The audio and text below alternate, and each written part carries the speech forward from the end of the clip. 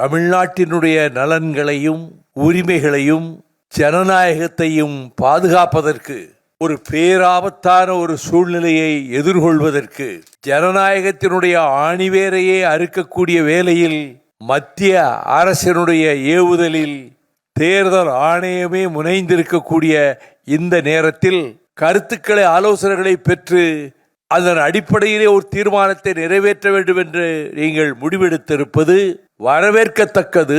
ஆனால் ஆட்சி பொறுப்பிலே இருந்த கட்சியும் அதைப் போல இன்னும் சில கட்சிகளும் அமைப்புகளும் இந்த நிகழ்ச்சியிலே கலந்து கொள்ள வேண்டிய கடமையை செய்யாமல் அதற்கு நேர் எதிரான விமர்சனங்களை 2 நாட்களாக செய்தி ஏடுகளுக்கு தந்துவிட்டு இதை புறக்கணித்து விட்டார்கள் என்பது மிகவும் வருத்தத்துக்கு உரியதாகும். பீகார் மாநிலத்தில் இந்த சிறப்பு தீவிர வாக்காளர் பட்டியல் திருத்தப்படி ஏற்படுத்தப்பட்ட போது இப்பொழுது பீகார் மாநிலத்தைச் சேர்ந்த 6.5 லட்சம் பேர் தமிழகத்திலே வேலைக்காக வந்து தங்கியிருக்கிறார்கள் என்றும் இவர்களது பெயர்கள் பீகார் மாநில வாக்காளர் பட்டியலிலிருந்து நீக்கப்படுவதால் இனி அவர்கள் தங்களது பெயரை தமிழகத்தின் வாக்காளர் பட்டியலிலேயே சேர்த்துக் கொள்ளலாம் என்றும் இதில் சென்னையில் மட்டும் 3.5 லட்சம் பீகார் மாநிலத்தவர் இருக்கிறார்கள் என்றும் கோவையிலும் திருப்பூரிலும் அதிக எண்ணிக்கையிலே உள்ளனர் என்பதையும் பார்க்கிற போது கடந்த 2011ஆம் ஆண்டு மக்கள் தொகை கணக்கீட்டின்படி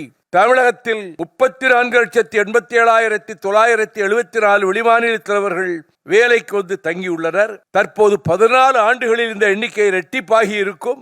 இந்நிலையில் நாடு முழுவதும் சிறப்பு தீவிர வாக்காளர் பட்டியல் திருத்தப்பணிகள் முடிந்துவிட்டால் தமிழகத்தில் தற்போதுள்ள வெளிமாநிலத்தைச் சேர்ந்த சுமார் 75 லட்சம் பேர் தமிழக வாக்காளர் பட்டியலிலே பெயர் சேர்த்து வாக்களிக்கும் ஒரு அபாயகரமான நிலை உருவாகலாம். தமிழ்நாட்டை குறிவைத்து இருக்கும் பாரதிய ஜனதா கட்சி வாக்காளர் பட்டியலிலே இத்தகைய ஏற்பாடுகளை செய்து தேர்தலில் ஆதாயமடைய முயற்சிப்பதை வேடிக்கை பார்க்க முடியாது.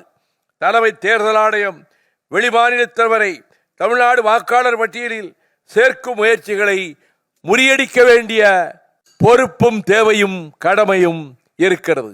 திராவிட முன்னேற்ற கழகம் தொடுக்கின்ற வழக்கினுடைய தன்மையை பொறுத்து அவர்களோடு கலந்து ஆலோசனை செய்து கொள்வதும் உசிதமாக இருக்கும் என்று நான் கருதுகிறேன். நான் மீண்டும் மறுமலர்ச்சி திராவிட முன்னேற்ற கழகத்தின் சார்பில் எனது எதிர்ப்பையும் கண்டனத்தையும் பதிவு செய்து கொண்டு திமுக கழகம் மேற்கொண்டுள்ள நிலைப்பாட்டை நாம் உறுதுணையாக இருந்து தோள் கொடுத்து வெற்றி பெற செய்ய இந்த கூட்டம் அதற்கு